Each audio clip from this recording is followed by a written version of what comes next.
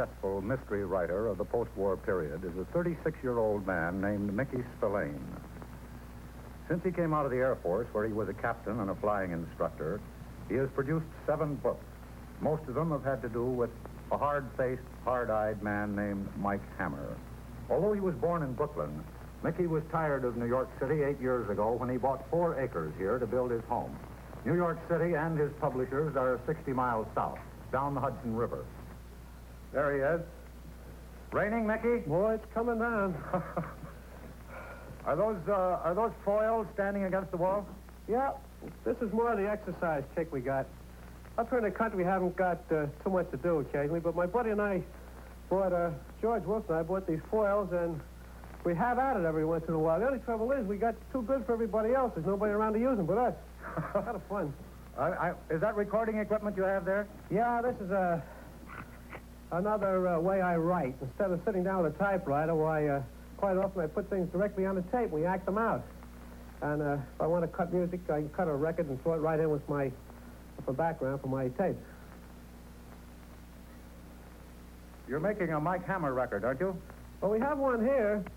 Give you a little blast of it. Good. And here comes Mike.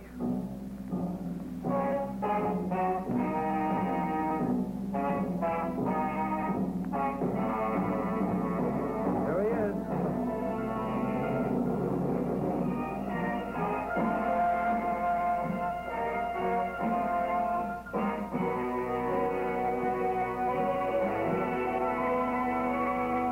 That's called a Mike Hammer theme. I'll give you a play of it a little bit. Sounds ominous. Mickey, where do you do your writing? Well, I do all my writing right here. I have to work at night because I have the kids inside, and you can't do much with a couple of children around. And I just sit here and bang it out. Sometimes we act it out. Start at about 9 o'clock at night, work through to 4 o'clock in the morning. Work come easy, or do you bleed? Well, work's come pretty hard with me. Sometimes it takes almost 3 weeks to write a book. Do you have any special way of writing a story? Yeah, I start from the back. Most of the writers I know start that way. They do the climax, and then they build from the front up to that climax. Pretty successful way of doing it. Have you got a new book coming out? Well, I have one coming out simultaneously with a movie. This one is going to be called The Night I Died. But right now I'm working on the movie end of the business. Incidentally, here's Ring of Fear that Wayne Fellers is producing, one we just finished. Oh, yes.